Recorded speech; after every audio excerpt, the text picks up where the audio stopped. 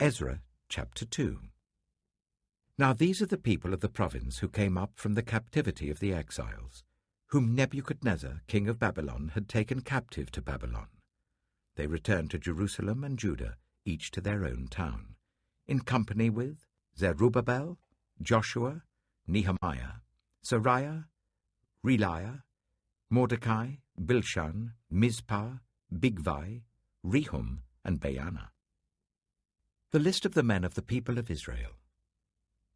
The descendants of Parosh, 2,172. Of Shephatiah, 372. Of Arah, 775. Of Pahath-Moab, through the line of Jeshua and Joab, 2,812. Of Elam, 1,254. Of Zattu, 945. Of Zaccai, 760. Of Bani, 642.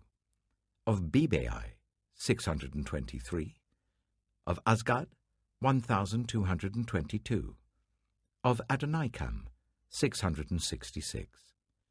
Of Bigvai, 2,056. Of Adin, 454. Of Eta, through Hezekiah, 98.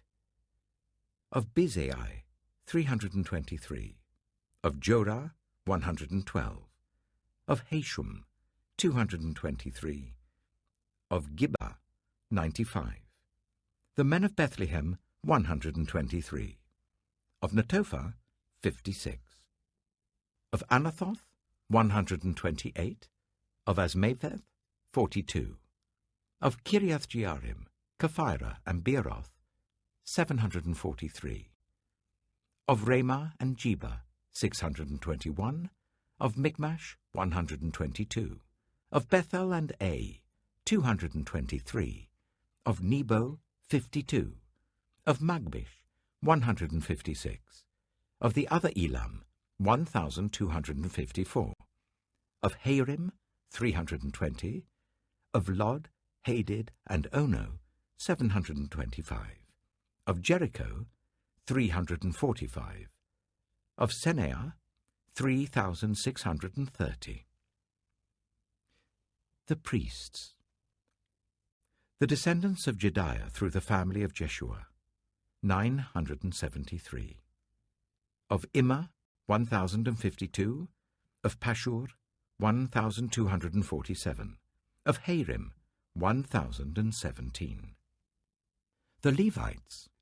The descendants of Jeshua and Kadmiel, of the line of Hodaviah, 74. The musicians. The descendants of Asaph, 128. The gatekeepers of the temple.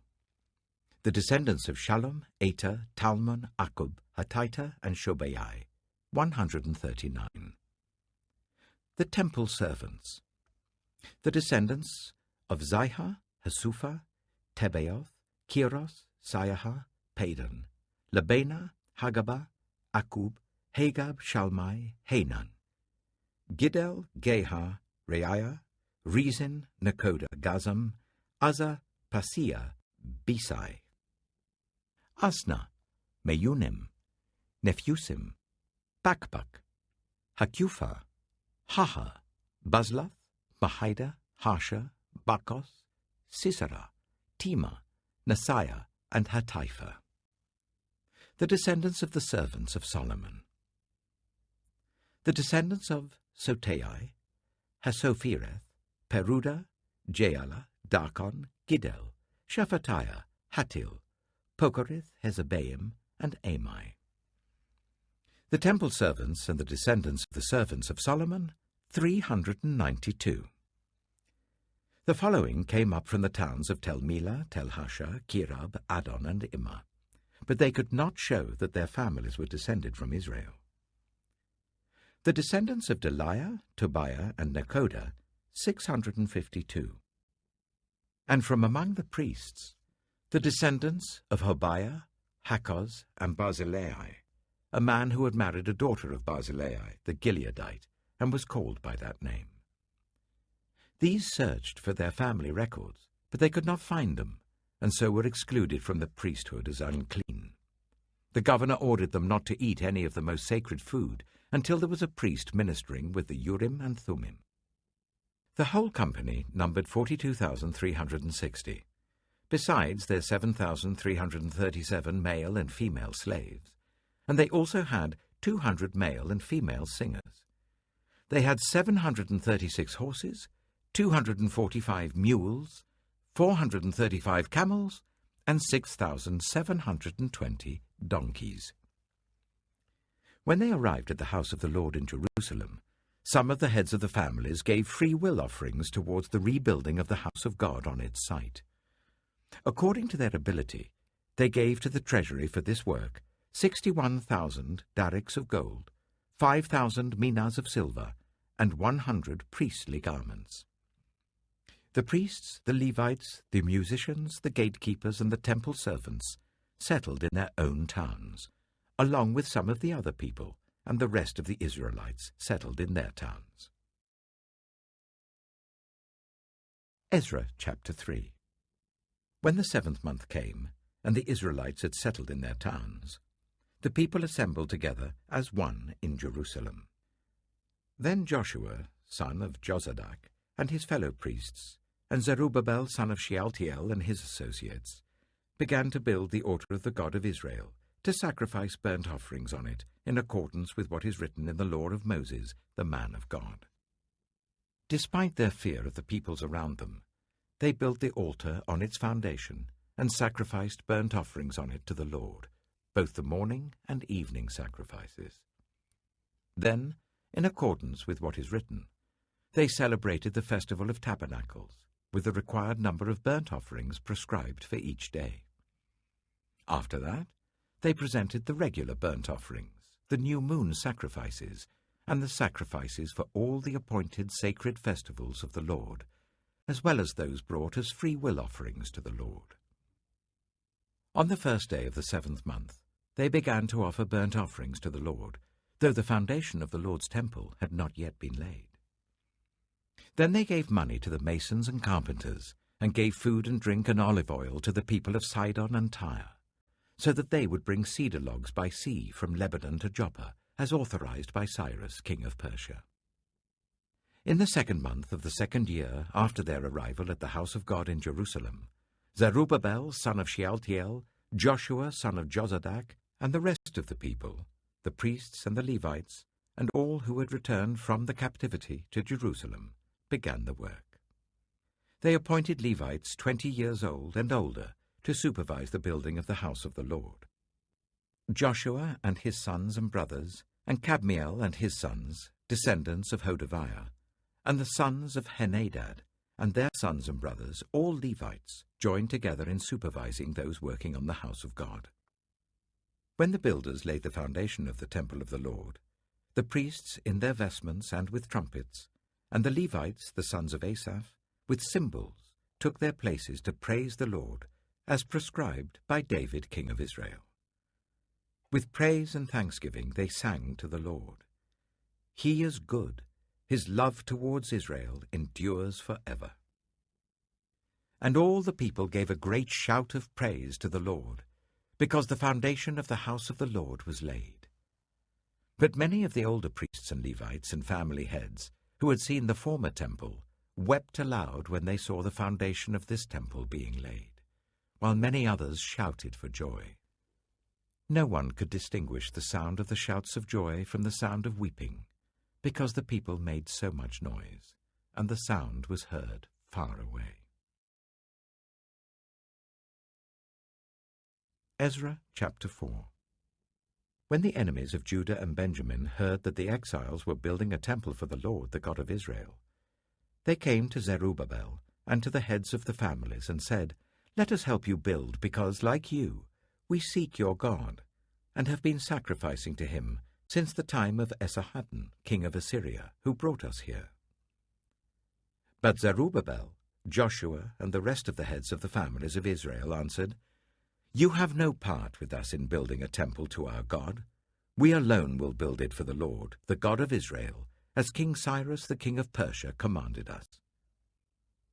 Then the peoples around them set out to discourage the people of Judah and make them afraid to go on building. They bribed officials to work against them and frustrate their plans during the entire reign of Cyrus, king of Persia, and down to the reign of Darius, king of Persia. At the beginning of the reign of Xerxes, they lodged an accusation against the people of Judah and Jerusalem. And in the days of Artaxerxes, king of Persia, Bishlam, Mithridath, Tabiel, and the rest of his associates wrote a letter to Artaxerxes. The letter was written in Aramaic script and in the Aramaic language. Rehum, the commanding officer, and Shimshai, the secretary, wrote a letter against Jerusalem to Artaxerxes the king as follows.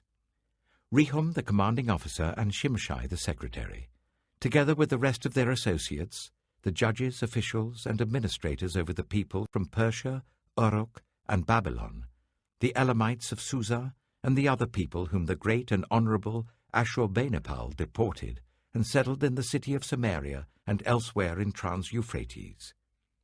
This is a copy of the letter they sent him. To King Artaxerxes, from your servants, the men of Trans-Euphrates. The king should know that the people who came up to us from you have gone to Jerusalem and are rebuilding that rebellious and wicked city. They are restoring the walls and repairing the foundations. Furthermore, the king should know that if this city is built and its walls are restored, no more taxes, tribute or duty will be paid, and eventually the royal revenues will suffer. Now, since we are under obligation to the palace, and it is not proper for us to see the king dishonored, we are sending this message to inform the king, so that a search may be made in the archives of your predecessors. In these records, you will find that this city is a rebellious city, troublesome to kings and provinces, a place with a long history of sedition. That is why this city was destroyed. We inform the king that if this city is built and its walls restored, you will be left with nothing in Trans-Euphrates. The king sent this reply. To Rehum, the commanding officer, Shimshai, the secretary, and the rest of their associates living in Samaria and elsewhere in Trans-Euphrates. Greetings. The letter you sent us has been read and translated in my presence. I issued an order, and a search was made, and it was found that this city has a long history of revolt against kings and has been a place of rebellion and sedition. Jerusalem has had powerful kings ruling over the whole of Trans-Euphrates, and taxes, tribute and duty were paid to them. Now issue an order to these men to stop work, so that this city will not be rebuilt until I so order. Be careful not to neglect this matter. Why let this threat grow to the detriment of the royal interests? As soon as the copy of the letter of King Artaxerxes was read to Rehum and Shimshai the secretary and their associates, they went immediately to the Jews in Jerusalem and compelled them by force to stop. Thus the work on the house of God in Jerusalem came to a standstill until the 2nd year of the reign of Darius, king of Persia. Acts, chapter 25. 3 days after arriving in the province, Festus went up from Caesarea to Jerusalem, where the chief priests and the Jewish leaders appeared before him and presented the charges against Paul. They requested Festus, as a favor to them, to have Paul transferred to Jerusalem, for they were preparing an ambush to kill him along the way. Festus answered, Paul is being held at Caesarea, and I myself am going there soon. Let some of your leaders come with me, and if the man has done anything wrong, they can press charges against him there. After spending 8 or 10 days with them, Festus went down to Caesarea. The next day he convened the court and ordered that Paul be brought before him. When Paul came in, the Jews who had come down from Jerusalem stood round him.